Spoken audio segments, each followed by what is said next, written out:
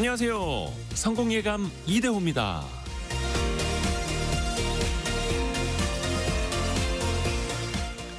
끝나지 않을 것만 같던 추운 겨울이 가고 봄이 오는 듯 했지만 한 번은 꼭 꽃샘추위가 찾아오고 마침내 벚꽃이 피는 계절이 돌아옵니다. 한겨울에는 생각도 나지 않았지만 어찌됐든 벚꽃 피는 계절은 옵니다. 봄이 주는 선물을 받은 것처럼 벚꽃을 보는 사람들의 표정도 밝아지죠. 너도 나도 스마트폰을 들고 사진으로, 눈으로, 마음으로 벚꽃을 담아갑니다. 하지만 꽃은 이내 져버립니다. 길어야 일주일. 푸른 잎을 싹 틔우려면 꽃이 떨어져야 합니다. 계절이 다시 돌아오듯이 끝없는 고통도 없고 영원한 찬란함도 없습니다. 성공예감 이대호입니다. 시작합니다.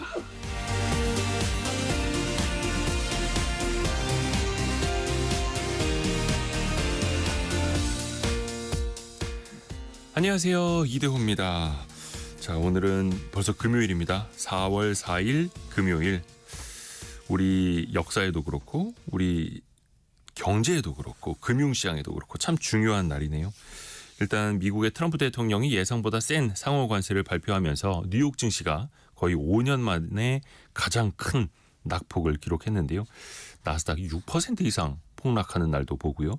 다만 우리 증시는 상대적으로 잘 선방하는 흐름입니다. 오늘 코스피는 1% 빠진 2460선 나타내고 있고요. 코스닥은 0.5%만 하락한 679선 가리키고 있습니다. 상대적으로 잘 버티고 있네요. 앞으로 우리에게 남은 과제는 뭔지, 미국의 관세 그리고 우리의 대응 방안 같이 한번 논의해 보시죠. 오늘 원탁의 기자들이 기다리고 있습니다. 자, 그리고 2시간 뒤에 헌법재판소가 윤석열 대통령에 대한 탄핵 심판을 선고하죠. 인용 혹은 기각했을 때 우리 증시, 환율, 내수 경기 어떻게 될지 같이 한번 들여다보시죠. 오늘도 경제상식 퀴즈가 빠지지 않습니다. 여러분이 많이 내고 계시는 것일 수도 있는데요. 국세청이 이 세금의 예정 고지서를 발송했습니다. 일반적으로 개인 사업자는 1년에 2번, 법인은 1년에 4번 이 세금을 신고하는데요. 그 일기 납부 기한이 오는 25일까지입니다. 국세에 속하고요. 거래를 할 때 상품이나 용역 등 새로 부과되는 가치에 매겨지는 세금을 말합니다. 여기에 정답이 있었죠. 영어로는 VAT라고 쓰죠. Value Added Tax. 뭐 다 드리고 있습니다. 힌트를. 딱 10%가 붙죠. 우리가 어떤 상품을 살 때 거기에 딱 10% 얹어지게 되는 이 세금을 맞춰주시면 됩니다. 5글자의 세금 이름. 3글자도 괜찮죠. 관련된 경험이나 의견도 같이 보내주시면 좋고요. 짧은 문자 50원, 긴 문자 100원이 드는 샵 9730이나 KBS 콩으로 보내주시면 됩니다. 추첨을 통해서 다양한 선물 보내드리고 있고요. KBS 콩 또 유튜브는 언제든지 열려 있습니다. 성공예감 이대호입니다. 자주 검색하시면 성공이 가까워집니다.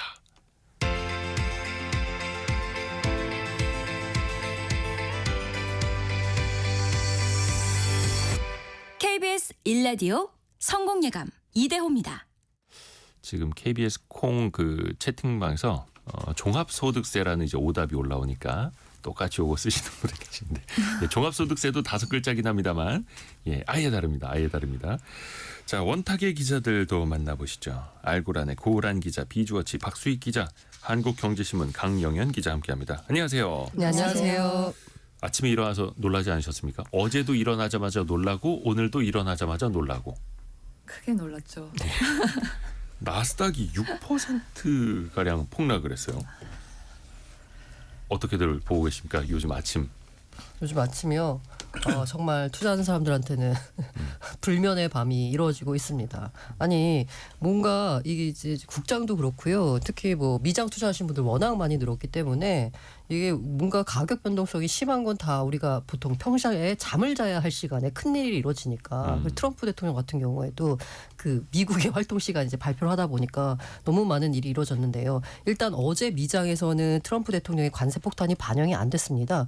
이게 트럼프가 노린 건지 모르겠는데 자국 시장에 피해를 안 가게 하려고 그러나 아무튼 장이 끝나고 나서 발표를 했어요. 그렇죠, 그래서 그 시간 외에서 반영이 되긴 했는데 어제 본장이 열리면서 그야말로 갑자기 제가 이 나스닥이 5% 떨어지는 걸 본 적이 코로나 때 봤었나요?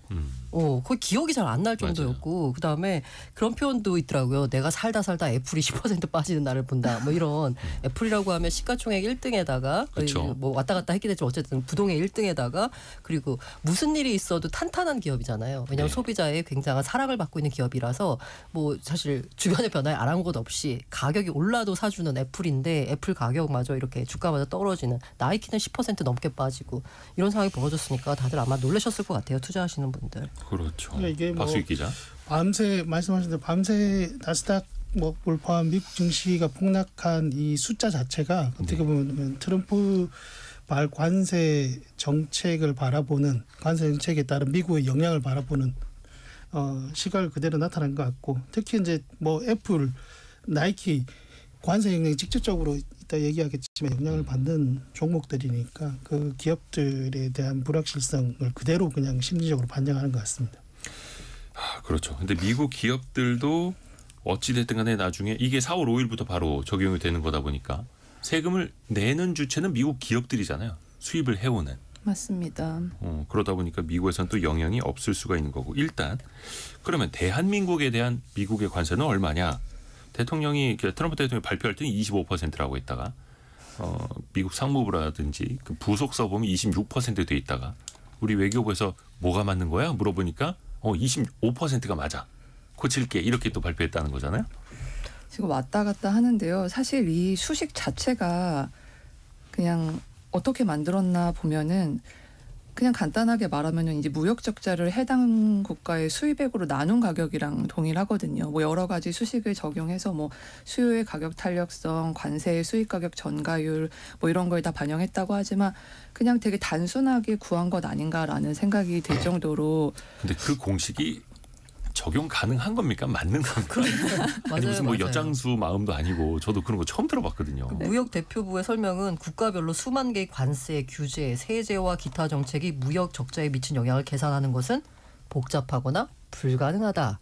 그러니까 자기네 마음이다. 그러니까 우리 마음대로 어림잡아서 관세를 매기는 목적이 그거잖아요. 미국이 더 이상 적자 보지 않겠다는 거잖아요. 그러니까 그렇죠. 적자가 아닌 제로로 만들려는 그 숫자가 바로 어제 나온 숫자가 아닐까 하고요. 그래서 왜 주먹구구식으로 했다는 데 대한 불만이 있는 게 뭐냐면 아니 도대체 우리는 갑자기 25%라고 했다가 부속서에는 26%로 나와 있어서 왜 그런 거야 했더니 26%가 맞아라고 했고요.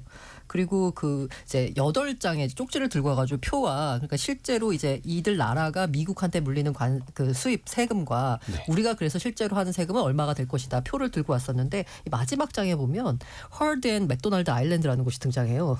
실존하는 섬 이름이죠. 네 맞습니다. 이게 남극 쪽에 있는 섬인데요.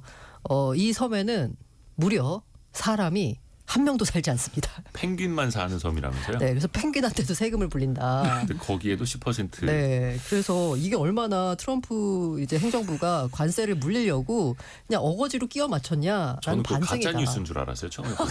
사람들이 합성한 건 줄 알았어요. 그냥 트럼프 놀리려고. 아니 그 트럼프와 펭귄이 같이 있는 이미지는 합성한 건 맞는데 네. 그 표에 등장한 건 맞습니다. 그러니까 주먹구구식이다라는 건데 사실 그 주먹이 제일 센 친구. 이게 사실 법보다 주먹이 가까워서요. 야, 그러니까 근데 미국은 계속해서 이제 트럼프 대통령이 대선에 이제 당선됐던 모토 중에도 하나가 자꾸 우리가 이용당하고 있다. 미국이 우방국에게도 자꾸 갈취를 당하고 있다라고 하면서 피해자 코스프레를 하고 있지 않습니까? 그게 맞습니까?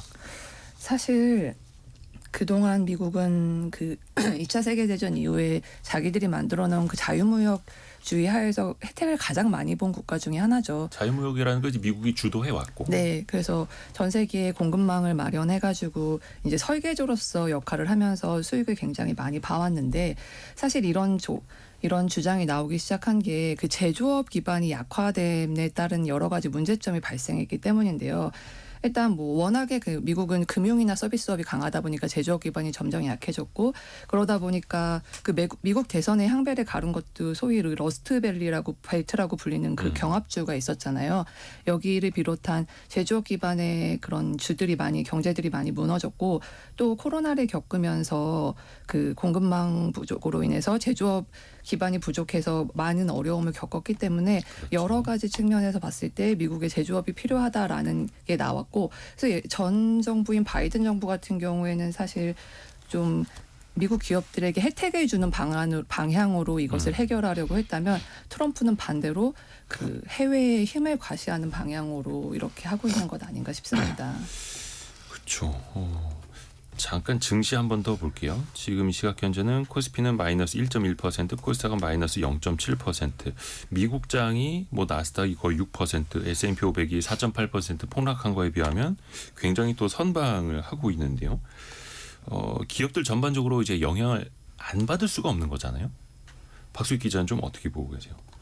우리나라 기업들도 물론 영향을 받겠지. 우리나라 기업들이 영향을 많이 받는데 사실 우리나라에 부과하는 직접적인 관세로 인한 영향도 있겠지만 그동안 이제 바이든 정부 때부터 해서 우리나라 기업들을 포함해서 세계 여러 기업들이 이제 중국에 대한 미국의 견제가 세다 보니까 굉장히 우회로를 많이 택했고 그런 우회로들이 이제 베트남 뭐 이런 쪽이었는데 이번에 보면 베트남이 굉장히 센 47%인가요? 9%인가요?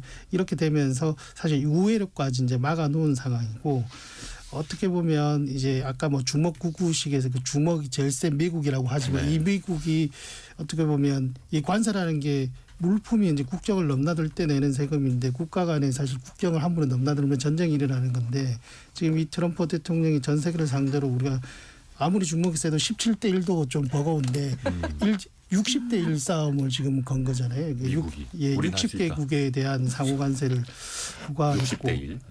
그러다 보면 사실 이제 과연 이게 미국이 정말 계속 주도권을 가질 것인가에 대해서는 또 의견들이 좀 많이 있는 것 같아요. 그 베트남에 대한 관세는 이제 46%인데 어제 베트남 증시가 거의 한 6.7% 폭락했더라고요. 거의 뭐 20여 년 만에 베트남 증시는 최대 낙폭이라고 하고 우리 입장에서는 베트남에 진출한 기업들 굉장히 많지 않습니까? 스마트폰, 가전 또 거기에 이제 부품 공급하는 기업들 줄줄이 있는데 또 그런 기업들은 또 고민이 될 수밖에 없는 거고요. 그러니까 이번에 미국 정부가 발표한 상호관세의 가장 큰 특징 중에 하나가 말씀하셨다시피 이제 동남아 국가들의 굉장히 높은 세율을 매긴 거거든요. 근데 이 동남아 국가들이 높은 세율을 받을 수밖에 없었던 게 많은 선진국들이 그것을 세계의 공장으로 이제 중국 넥스트 차이나로 꼽으면서 그렇죠. 거기에 많은 공장을 세웠고 그게 이제 미국으로 수출이 되다 보니까 대미 수출액이 많이 늘어났던 건데 그래서 뭐 캄보디아, 라오스, 베트남 다 40%가 넘는 세율이 적용이 되었습니다.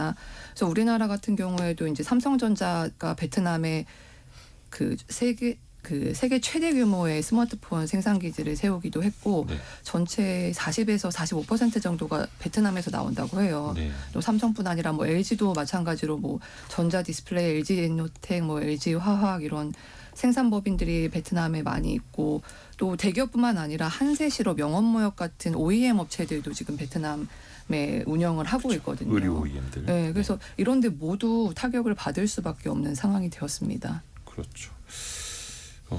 또 계속해서 좀 따져보자면 우리는 한미 FTA라는 게 있고 자유무역을 협정을 한 나라고 근데 그것도 트럼프 1기 시대에 이거 불합리해라고 해서 재협상을 해서 개정을 했잖아요.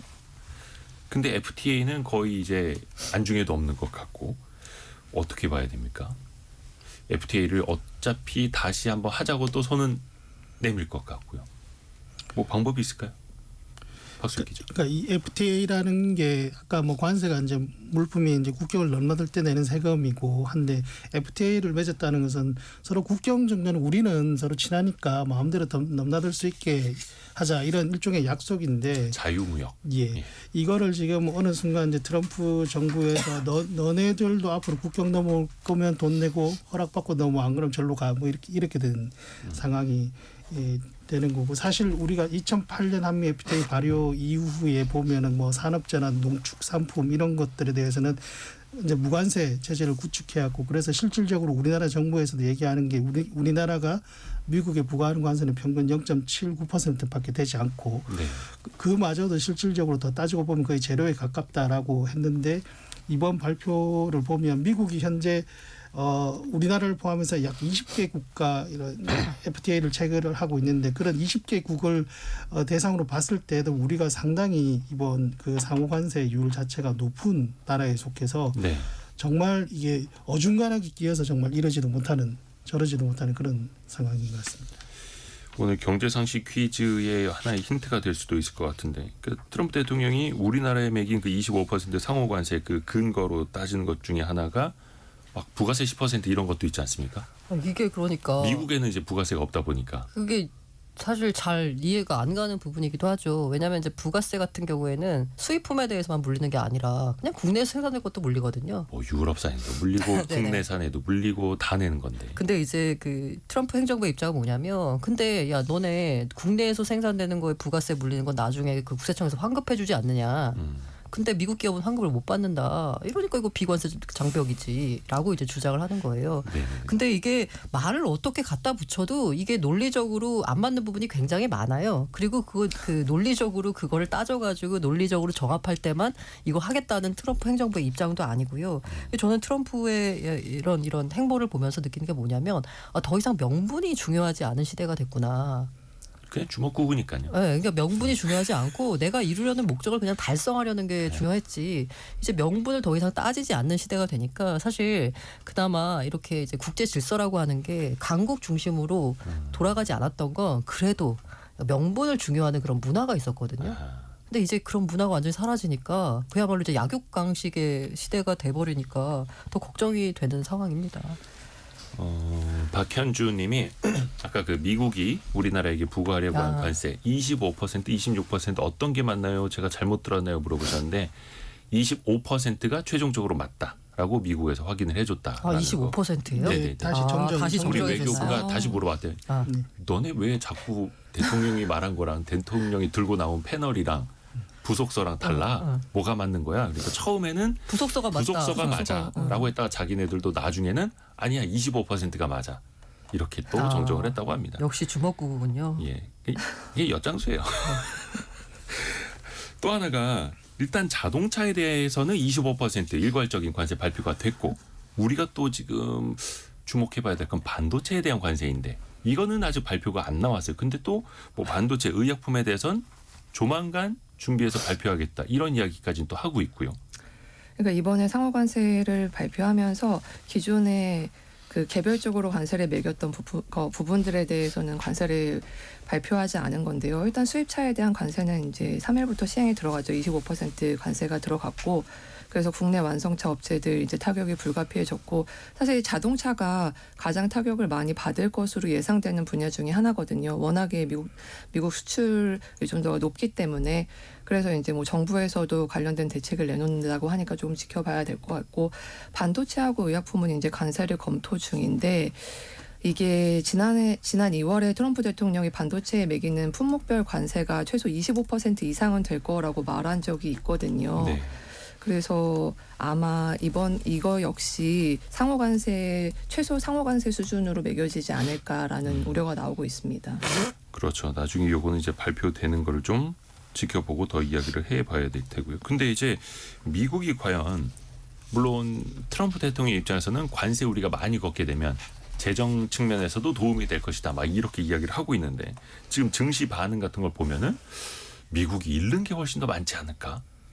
소비가 둔화되고 경기 침체 가능성도 지금 높아진다라고 미국의 투자은행들도 보고 있지 않습니까? 이 부분은 좀 어떻게 보시나요?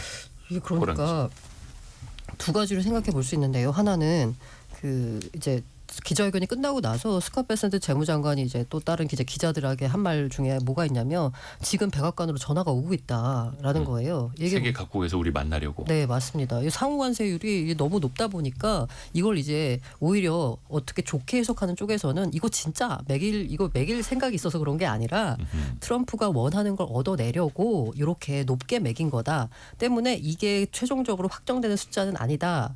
라는 거를 이제 말씀하시는 분들도 있어요. 그렇기 때문에 이제 증시가 반응하는 거 어쨌든 숫자에 반응하는 거고 트럼프가 지금까지 했었던 협상의 기술을 보자면 일단 세게 때리고 그다음에 조정을 하는 방식이었는데 이번에도 그게 통하지 않겠느냐라는 부분도 있고요. 근데 또 이제 한쪽에서 또 다른 쪽으로 해석을 하자면 또 그렇게 이제 전화가 오고 있다라고 말하는 사람들도 있지만 여러 이제 뭐 상무장관이 나와가지고 관세율 변화 없다.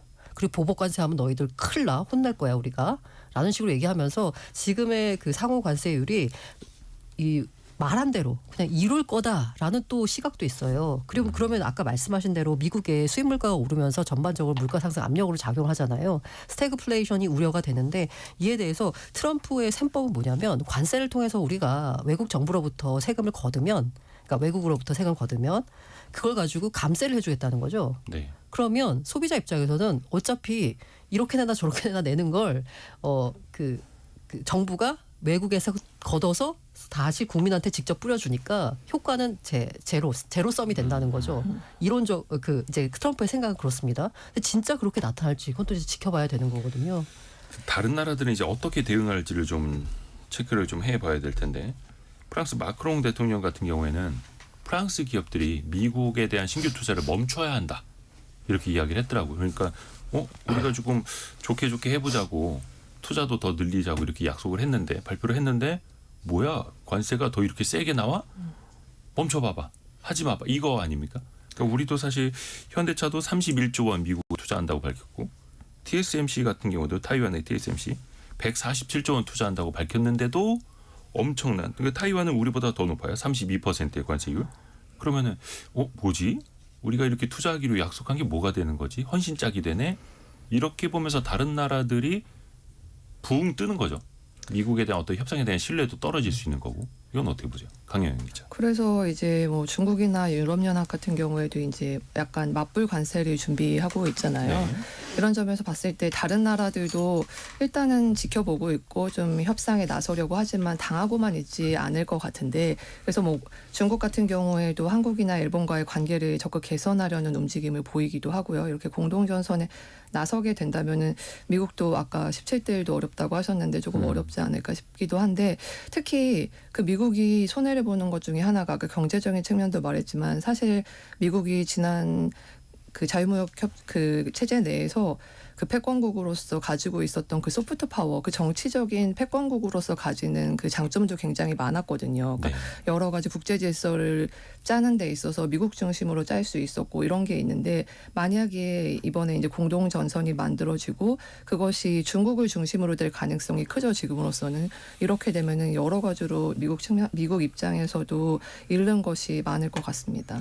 그러니까 미국과 개별 협상에서는 다른 나라들이 우위에 서기 힘든데 다른 나라들이 뭉친다면 얘기는 또 달라질 것이다. 그리고 예. 이게 뭐 기본적으로 이제 전쟁이라는 게 총칼만 들지 않은 관세 전쟁이라는 게 뭐 물론 전쟁이 나면 기본적으로 힘이 있는 쪽이 이기겠죠. 그런데 그게 아니고 여러 가지 변수들이 있어서 힘이 있는 쪽들도 어쩔 수 없이 무릎을 꿇거나 협상을 해야 되는 게 있는데 그게 왜냐하면 자기네들이 봤을 때 되게 중요한 인질이 상대편에 잡혀 있으면 네. 이건 아무리 힘이 있더라도 이제 협상에 응해야 되는데 미국 쪽에서 봤을 때 중국에 굉장히 많은 인질들이 지금 잡혀 있어요.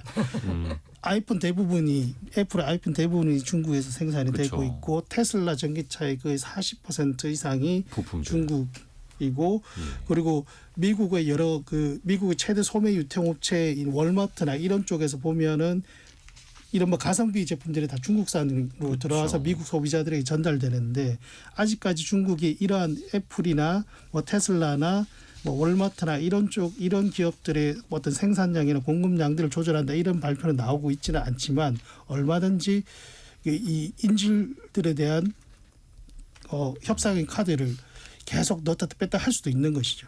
그렇게 보면은 실질적으로 이제 미국을 상징하는 기업들의 실적에 영향을 미칠 수가 있고 가깝게는 또 그 다음에 최종적으로 미국의 소비자들에게 사실 이로울 게 없는 미국의 소비자들은 당분간 계속해서 고율의 관세가 붙은 수입 제품, 수입 부품을 의존을 해야 되는 상황이 되는 것이기 때문에 실질적으로 뭐 미국의 경제에 장기적으로 봤을 때는 좀 미집습니다. 그 많이들 다시 이제 회자가 되는 게 스무트 홀리 관세법이라고 1930년에 미국이 했던 어마어마한 이제 고율의 관세법이었는데 미국의 대공황 원인 중에 하나가 그 관세 때문이었다라는 이야기도 나오는데 어떻게 보면 지금 다른 나라보다 오히려 미국 증시가 더 많이 떨어지고 있는 게 그 경고등을 또 보여주는 것 아닌가 싶기도 한데 일단 뭐 트럼프 대통령 같은 경우에는 이 증시가 폭락했다라는 그 소식 듣고도 우리는 잘하고 있어. 뭐 이런 식으로 또 이야기를 하고 있는데 일전에 흐름을 또 했잖아요. 계속 체크를 좀 해봐야죠. 고통은 잠깐이니까 조금만 인내하라고. 그 인내가 참 어떻게 될지. 경제상식 퀴즈 한 번 더 내드리고요. 저희가 또 두 번째 이슈 넘어가겠습니다. 5글자 세금입니다. 근데 아까 8751님이 오늘 정답 5글자 트럼프 관세 이렇게 보내셨습니다. 자, 우리가 내는 10%짜리 세금입니다. 상품을 사고 팔거나 용역을 제공할 때 그 부과되는 가치에 대해서 내는 세금을 말하죠. 2025년 1기 이 세금의 납부 기한이 오는 25일까지입니다. 정확한 그 내용은 홈택스 혹은 ARS 전화 1544-9944, 1544-9944 국세청으로 문의를 하시면 도움도 받을 수 있고요. 다만 이게 참 많이들 헷갈립니다. 결국에는 이 물건 가격에 다 포함이 되어 있는데 판매자가 이걸 구매자에게 받아서 신고 납부하게 되어 있죠. 그 5글자 혹은 줄여서 우리가 3글자로 부르는 세금 이름을 맞춰주시면 됩니다. 짧은 문자 50원, 긴 문자 100원이 드는 샵 9730이나 KBS 콩으로 보내주시면 됩니다. 오늘의 움직임에 주목하고 세상의 흐름을 놓치지 않습니다. 여러분의 내일을 응원하며 성공의 열쇠를 함께 찾아갑니다. 성공예감 이대호입니다. 2568님이 모든 분들이 웃었으면 좋겠습니다. 정답 수수료. 잘못 축약하셨습니다.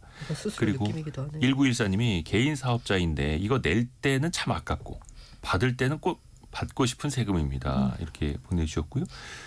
6361님은 저는 영세업자인데요. 요 세금 통장을 따로 관리합니다. 이렇게. 그러니까 0301님도 그 10%를 따로 모아뒀다가 내야 되는데 현실은 그게 정말 어렵네요. 이렇게. 그렇죠. 왜냐하면 내가 1억 원어치 뭔가 판매 대금이 들어왔으면 사실 그 안에 1,000만 원은 요 세금으로 내야 하는 건데 이게 다 나의 매출인 줄 알고 나중에 또 지출로 같이 했다가 또 일단은 아주 반갑게 쓰고요. 나갈 때는 생돈 나가는 것 같아서 정말 그래서 안타깝습니다. 아까 6361님처럼 아예 또 영업하시는 분들은 통장을 또 따로 관리하신다고 하고요. 1시간 반 정도 남았네요. 잠시 후 11시 조금 넘어서 윤석열 대통령에 대한 탄핵 심판 선고가 헌법재판소에서 내려지죠. 금융시장에 영향이 있을까요? 있을 수밖에 없을까요? 네, 어떤 거야 당연히 됩니까? 있을 것 같은데 일단 시장이 제일 싫어하는 게 불확실성이잖아요. 그래서 어느 쪽의 결론이 나든 불확실성이 없어진다는 측면에서는 시장이 좋아할 수 있을 것 같고요. 먼저 탄핵이 인용될 경우에 이제 대선을 통해서 이제 대내외적인 위기에 대응할 수 있는 컨트롤 타워가 생기는 거니까 이제 또 정책 추진이 이제 정상화될 수 있는 거니까 불확실성이 완화될 가능성이 있는데 만약에 탄핵이 기각각하되더라도 이게 뭐 윤 대통령이 돌아와서 이제 국정 운영 속도가 붙을 것으로 보이긴 하는데 문제는 시장의 컨센서스라는 게 있잖아요. 네. 그 컨센서스는 뭐 옳고 그름을 떠나서 시장은 이렇게 생각하고 있고 그거랑 다르면 이제 시장에 충격이 오고 같으면 이제 별 문제 없이 지나가는 건데 지금 시장에서 컨센서스가 어느 측면인지를 봤을 때는 약간 복귀를 했을 때는 조금 단기적으로는 좀 문제가 변동성이 커질 수 있을 것 같고요. 또 이후에도 사실 정치적 갈등이 지속된다면 그 불확실성이 상당 기간 지속될 수 있지 않을까라는 우려가 나오고 있죠. 그러니까 또 중요한 게 환율인데 원래 한 1,400원 목전에 있었다가 계엄과 동시에 1,400원을 막 뚫고 올라갔었고 1,450원까지 갔다가 그리고 이제 탄핵 정국에서 1,470원대 올라갔다가 최근에 보니까 오늘은 1,448원이네요. 아주 오랜만에 1,450원대 밑돌고 있는데 원화가 강세인데. 근데 이거는 따져보면 우리가 뭔가 잘 돼서 잘해서가 아니라 최근 이제 달러가 막 약세 보이다 보니까 미국장 막 빠지고 하다 보니까 원화가 강세로 약간은 또 흘러가는 흐름이어서 이것도 역시나 나중에 또 전국에 따라서 달라질 수도 있을 테고요. 요즘에 또 네, 박수익 기자. 아니 근데 뭐 그냥 간단한 얘기인데요. 이제 불확실성이 정말 큰 상황이지만 한 가지 확실한 것은 지금 한 2시간이 가장 불확실성의 정점이라는 것은 확실한 것 같습니다. 불확실성의 정점이다. 네. 그렇죠, 그죠. 알 수 없으니까. 1시간 반 남았습니다. 요즘에 증시에서 정치 테마주가 그냥 난립니다. 늘 생각하지만 그 역시 그런 얘기 하잖아요. 국장 투자는 상상력이 필요하다고. 이게 어떻게 테마주로 묶일 수 있나 놀라운데 네. 테마주로 묶이더라고요. 오늘도 보니까 그 이재명 테마주로 엮여 있는 오리엔트 바이오 지금 현재 10% 오르고 있고요. 형지 엘리트 5%, 소프트캠프 3% 정도 상승하고 있습니다. 코스피, 코스닥이 각각 지금 코스닥 거의 양전하려고 하네요. 거의 다 올라왔어요? 코스피 같은 경우에는 한 마이너스 8%, 0.8% 정도 떨어지고 있는데 이 와중에 이렇게 상승을 나타내고 있으니 테마주가 강세다라고 볼 수 있겠네요. 코스닥은 오늘 지금 상승으로 반전했네요. 나스닥이 뭐 6% 폭락하건 말건. 국장은 강하다. 작년에 국장 너무 안 좋았으니까 올해 그래서 상대적으로 선반영이라는 예, 얘기. 먼저 많이 매를 맞았기 때문에 지금 이제 코스피도 하락폭을 좁히고 있고요. 근데 정치 테마주라는 게 사실은 저도 한 10여 년 전 증권부 기자 생활 처음 할 때는 이게 진짜 정치 테마주가 아닙니다. 이 인물과 별로 연관 없습니다. 이런 기사 많이 썼거든요. 써봐야 근데 소용없어요. 사람들 다 알더라고요. 다 알면서 알아 상관없는 거 아는데 그냥 올라가잖아. 그게 테마주야 이런 식으로. 약간 마음이 나만 아니면 돼. 그러니까 떨어질 때 내가 아니면 된다라는 관점으로 그건 접근하는 너무 것 이제 또 같아요. 위험하니까요. 위험하니까 예측 불가능한 거니까요. 조심하셔야 됩니다. 과거의 탄핵 정국 당시의 금융시장은 어땠습니까? 좀 탄핵 심판 선고 이후에 좀 안정을 찾아갔었나요? 과거 사례를 좀 볼까요? 뭐 사실 뭐 박수익 기자. 너무 옛날 과거를 찾기보다는 가장 가까운 8년 전 사례 박근혜 대통령 탄핵 2016년을 보면은 그 당시에 코스피가 2천이 조금 못 되는 상황이었는데 탄핵 국회에서 소추안이 가결이 되고 헌재에서 이제 파면 결정이 되고 했던 그 상황에서 계속 쭉 조금씩 계속 이제 우상향을 하는 그런 그림들은 있었고요. 근데 2017년 3월 초에 탄핵 선고 나오고 그해 연말까지 뭐 네네. 코스피가 2천에서 거의 한 2,500, 2,600까지 갔었죠. 근데 그때랑도 이게 비교할 수 있냐 사실 8년 전이기도 하고 어떤 여론이나 이런 걸 봤을 때 그때는 사실 그렇게 여론이나 이런 것들이 양극화가 되지는 않았던 것 같아요. 제 기억에. 저도 그 당시에 사실 정치부 기자였었는데 근데 지금은 상당히 너무 양극화가 되어 있고 그래서 어떤 결과가 나오든지 간에 승복하지 못하는 그런 여론들도 꽤 많이 있을 거 아닙니까? 그리고 사실 가장 최악의 시나리오 뭐 그렇지는 않을 수 있겠지만 가장 최악의 시나리오는 헌법재판관들이 만약에 굉장히 비등비등하게 양쪽에 갈린다. 이거는 상당히 좀 국가적으로도 좀 그렇고 투자 심리 측면에서도 다 그렇죠. 그래서 가뜩이나 지금 관세 리스크가 압박을 하고 있는 상황이고요. 그러니까 몇 대 몇으로 나오느냐 그리고 혹은 만장일치냐 혹은 몇 대 몇으로 어떤 결론이 나오느냐에 따라서도 또 우리 경제 반응이 또 왜냐하면 이제 많은 분들의 어떤 심리가 경제도 녹아들 수밖에 없는 거니까요. 변동성은 또 일단은 생각을 하고 있어야 할 테고요. 근데 변동성은 크겠지만 결과적으로 긴 시계열에서 봤을 때는요, 그냥 글로벌 경제하고 같이 가는 것 같아요. 그 이제 탄핵 즈음이나 뭐 심판 즈음 해가지고는 그 변동성이 굉장히 커지고 시장이 막 요동을 치지만 긴 시계열에서 보자면 글로벌 경제가 어떻게 흘러가느냐. 그래서 이 탄핵보다는 오히려 이제 관세 요 여파가 훨씬 더 우리 경제에 미친 영향이 클 거라는 생각이 듭니다. 근데 이 와중에서 이제 그 글로벌 관세 전쟁에 미친 영향을 어떻게 보자면 국내 경제에 미친 여파를 최소화하기 위해서는 이제 뭔가 정치력이 좀 있어야 되는데 지금 국정 공백 사태가 있으니까 그 부분을 우리가 이제 만회하지 못하는 부분이 지금은 큰 것 같고요.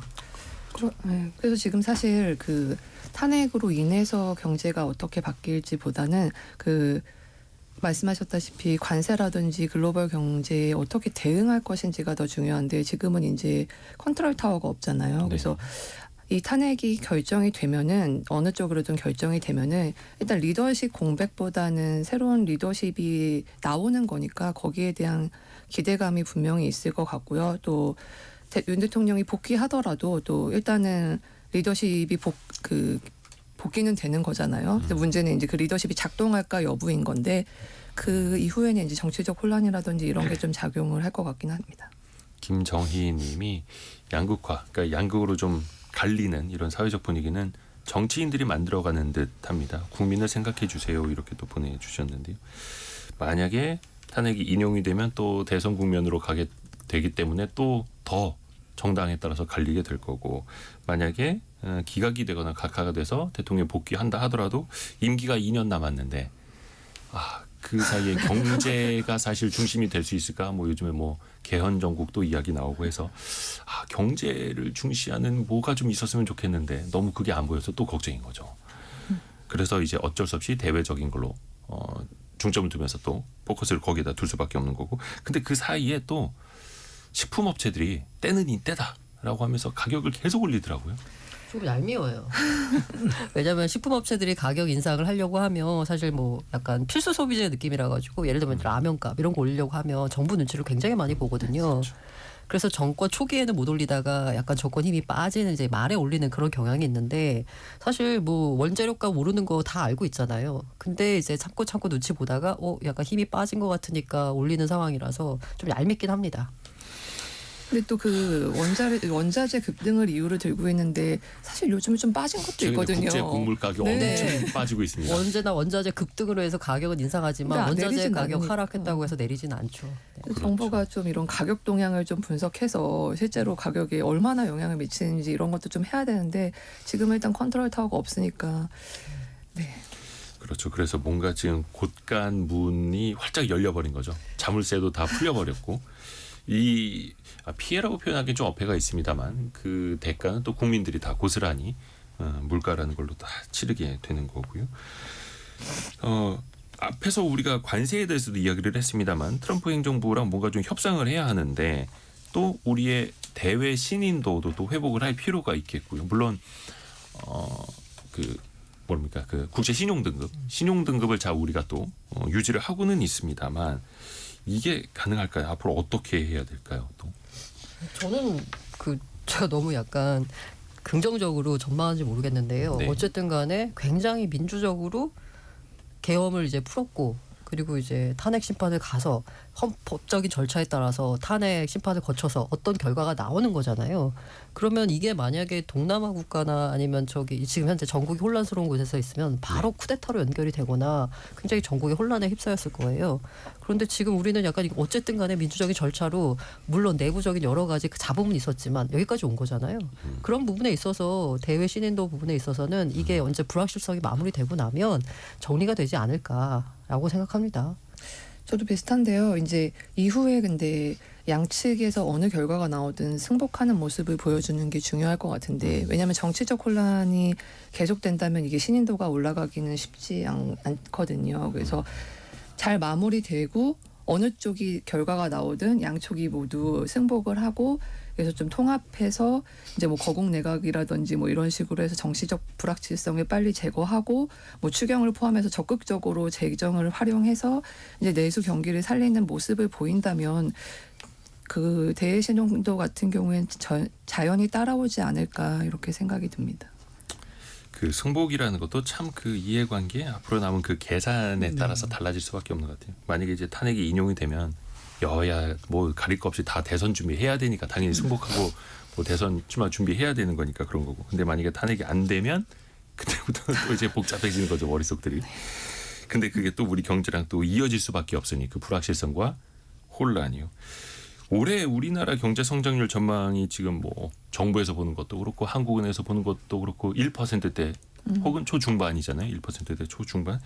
이걸 어떻게 좀 타개해 나가야 되는데 정부도 좀 확장적 재정 정책을 펼쳐야 할 때다라는 지적들 높고 추경 논의는 이게 어떻게 될까요? 탄핵이라는 변수랑. 그래서 약간 나오는 게 호랑이죠. 예. 추경 관련돼 가지고 이제 국민들이 이제 정치인을 못 믿는 이유가 약간 여기서도 한번 보여지는 것 같아요.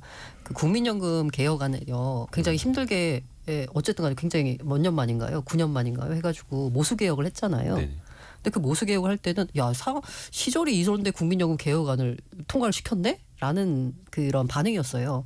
그런데 그 반응을 보니까 이거 자기들의 약간 먹거리하고 연결되니까 이거는 여야 할 것 없이 나서가지고 약간 이쪽에 좀 이제 중장년층 표. 그를 노린 이렇게 해서 통과를 시켰는데 아니 지금 현재 경기가 이 모양이어서 경기 부양에서 추경을 해야 되는데 이 추경에 대해서는 또 여야 입장 차이가 갈려가지고 한 목소리를 못 낸단 말이에요. 특히 또 산불 피해도 있었는데. 네. 그러다 보니까 국민들 입장에서는 자기들의 표에 도움되는 거는 한 목소리로 하고 그렇지 않은 거는 어쨌든 간에 정쟁거리로 삼아서 일을 안 하는 모습을 보여주고 있어서 정치에 대한 실망감이 더 커지고 있다는 생각이 그 들어요. 추경의 규모에 대해서도 엇갈리는 게 다음번 대선이 펼쳐지느냐 혹은 거기에서 누가 어떻게 유불리가 나뉘느냐에 따라서 이걸 대규모로 할 거냐 소규모로 할 거냐 남은 좋은 일 시킬 수도 있다 막 이렇게 돼버리니까 근데 또 필요한 건 필요한 거지 않습니까? 박수익 기자. 네, 그래서 저는 뭐 사실 어떤 식으로 헌법재판소 판결 결과가 나오든 간에 여야공이 뭐 재정적인 수단을 동원한 경기 부양책에 대해서는 어느 정도는 동의를 할 것 같습니다. 뭐 규모에 대해서는 좀 이견이 있을 수 있지만 그리고 사실 뭐 인용이 된다면 더더욱 그럴 것이고 기각이나 각하가 되더라도 사실상 이 어떤 정책의 공백이 불가피하거든요. 네. 그러니까 윤석열 대통령이 복귀를 하더라도 국회 법을 통과해야 되는 정책들은 야당의 협조 없이면 여전히 식물 대통령이 머물 가능성이 매우 크기 때문에 어찌됐든 여소해야 되니까. 예, 그래서 이제 그런 것들을 감안했을 때는 어느 정도 정책의 공백을 메꾸는 여야 간의 어떤 합의점을 찾으려는 노력들은 뭐 이어지지 않을까. 물론 예측은 할 수 없습니다. 갈등도 뭐 많이 있을 것 같고요. 한 1시간 15분 정도 남았는데 뭐 탄핵 선고 어떻게 나오든 간에 정치인들이 좀 국민들의 삶을 또 경제를 조금 더 신경 쓰려는 보듬으려는 그런 모습이라도 좀 보였으면 하는 바람입니다. 한국경제신문 강영현 기자, 비주어치 박수익 기자, 알고란의 고란 기자 함께했습니다. 고맙습니다. 감사합니다. 감사합니다.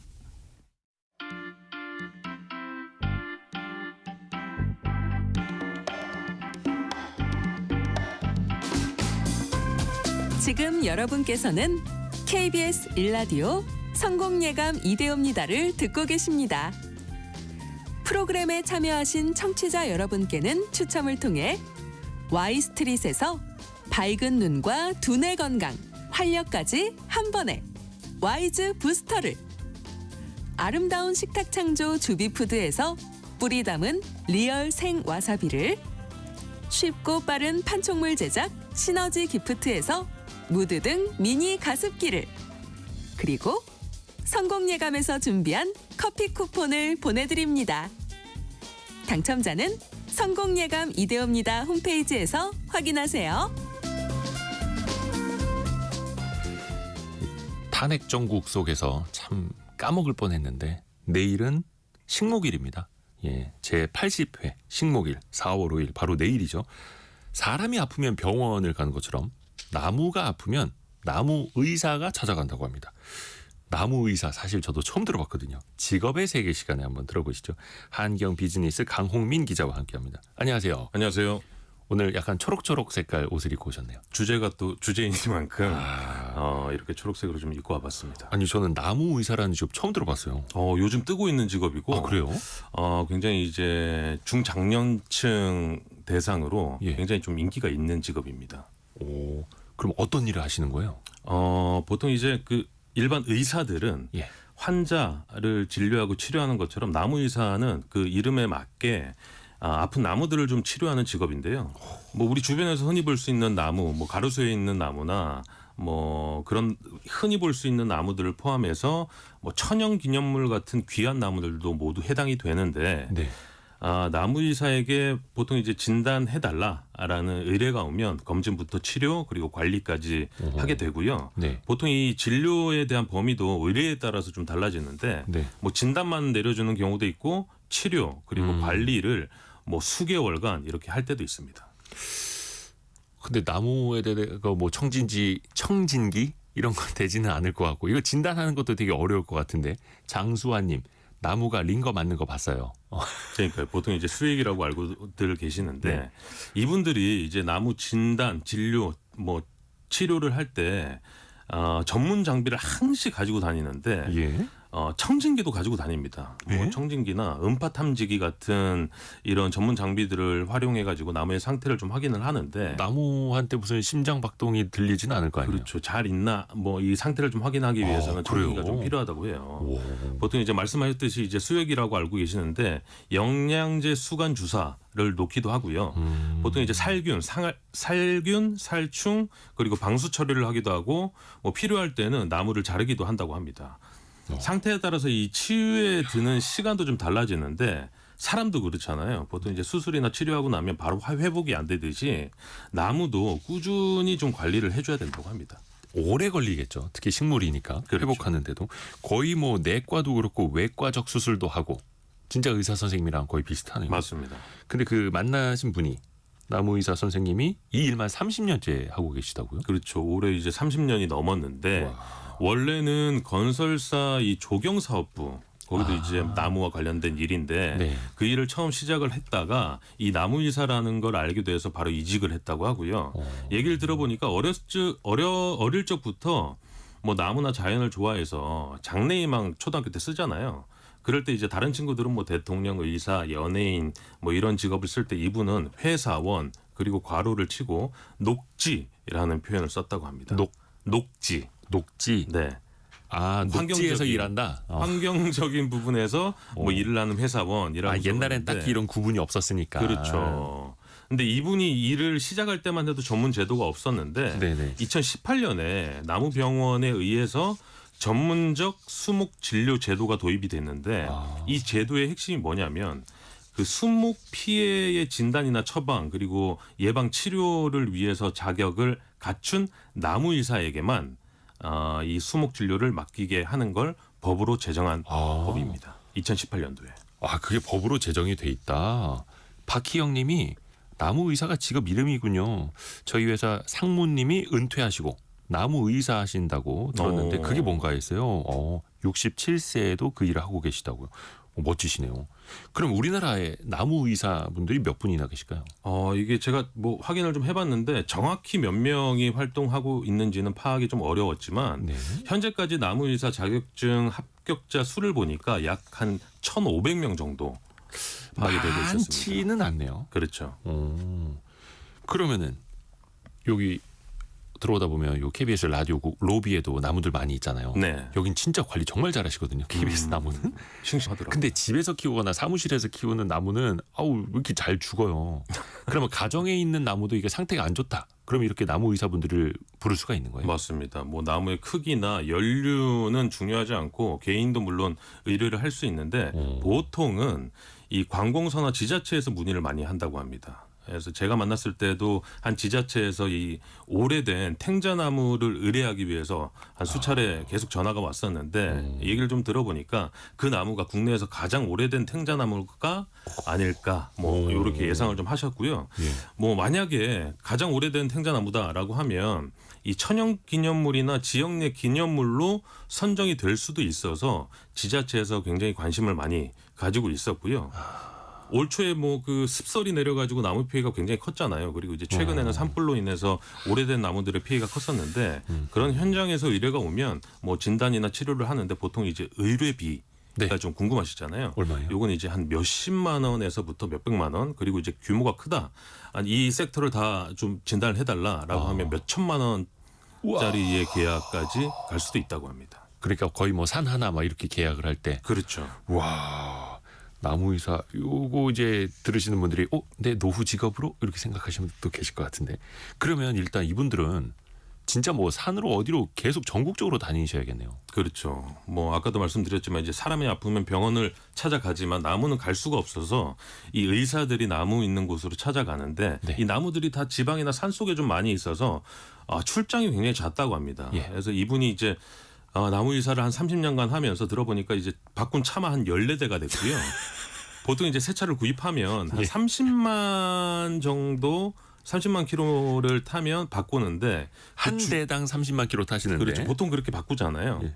근데 뭐 주기가 한 2, 3년마다 차를 바꾼다고 하고요. 와. 이 총 그간 다녔던 거리를 따져보니까 한 550만 킬로 그리고 기름값이 예. 한 달에 한 450만 원 정도 든다고 합니다. 와. 통행료도 뭐 어마어마하겠죠. 장난 아니죠. 그러니까 전국적으로 계속 다니셔야 되니까. 그렇죠. 체력도 좋아야겠네요. 그렇죠. 그 외에 또 보면은 지역 단위로도 그렇고 국가 단위로도 그렇고 천연 기념물 같은 것 문화재로 지정을 하지 않습니까? 네. 그럼 나무 의사분들이 뭔가 막 판별을 해주나요? 보통 이제 천연기념물은 국가유상청이라는 그 기관에서 정하는데 네. 뭐 오래된 나무를 판단할 때는 나무의 연륜이나 상태 등을 나무이사가 자문을 좀 해주기도 하고요. 그래서 이제 나무가 천연기념물로 만약에 지정이 됐다라고 하면 그 나무에 대한 예우가 달라진다고 합니다. 보통 이제 국가에서 그 나무 주변의 땅을 좀 매입해서 보호를 하고 연간 예산이 집행이 돼서 꾸준히 관리를 받을 수 있게 한다고 합니다. 이야, 그러니까 뒤에 그 울타리도 쳐주고, 그렇죠. 보호 수목으로 지정하고. 관광객들도 좀 유치를 하고. 야, 근데 또 그 나무 재테크도 있더라고요. 소나무 하나가 막 몇 억짜리도 있다고 하고요. 그 맞습니다. 가격은 어떻게 책정되는 걸까요? 보통 나무는 정찰제로 가격을 매길 수가 없기 때문에 예. 매수자와 매도자가 얼마만큼의 가격 조율을 하느냐에 따라서 좀 달라지긴 하는데 특히 소나무 중에 고가의 종이 좀 많잖아요. 예. 그래서 이 가격이 어떻게 책정되냐고 좀 물어봤더니 보통 이제 모양으로 가격이 책정이 되는데 이를테면 궤형으로 좀 생겼다거나 특이하게. 아니면 뭐 직선이 아니라 곡선으로 좀 예술적으로 독특한 이런 모양의 나무가 좀 비싸다고 합니다. 2684님이 저희 장인어른이 나무의사 준비하시는데 엄청 어렵다 하더라고요. 외울 게 어마어마하게 많습니다. 우리 아버님 화이팅입니다. 이렇게 보내주셨는데 이게 자격증이 필수입니까? 이게 그 국가기술 자격증인데 나무의사를 하려면 이 자격증은 꼭 따서 취득을 해서 활동을 할 수 있고요. 보통 이제 조경이나 원예 같은 수목진료 관련 분야 전공자나 이 분야에서 한 5년 이상 일한 경력이 있어야만 이 시험을 응시할 수 있는 자격이 생깁니다. 그리고 이제 나무의사 양성기관에서 적정 시간에 교육을 이수해야 시험에 응시할 수 있는 자격 요건이 갖춰집니다. 4089님이 나무의사 자격증 취득하기 너무 어려워요. 교육비도 너무 비싸요. 이렇게 보내주셨는데 네. 와, 오늘 몰랐던 직업, 그리고 최근에 우리가 산불도 겪었습니다만 진짜 좀 제발 좀 산불 나지 않게, 그리고 소나무 재선충 병 같은 것도 조금 더 우리가 관심 갖고 예방할 수 있었으면 하는 바람도 가져봅니다. 한경 비즈니스 강홍민 기자였습니다. 고맙습니다. 감사합니다. 자, 저희가 2부에서도요 그 나무 이야기를 계속 해보겠습니다. 최근에 그 산불이 휩쓸고 지나간 자리에 어떻게 우리가 그걸 복구할 수 있을지, 또 어떤 나무를 심어야 할지, 왜 소나무가 더 산불에 취약하다 이런 지적들 많잖아요. 또 봄철 알레르기의 원인이 어떤 나무 때문이다 이런 이야기도 있는데요. 나무 이야기 재미나게 이어가 보겠습니다. 잠시 뉴스 들으시고요. 10시 5분에 금방 다시 돌아옵니다.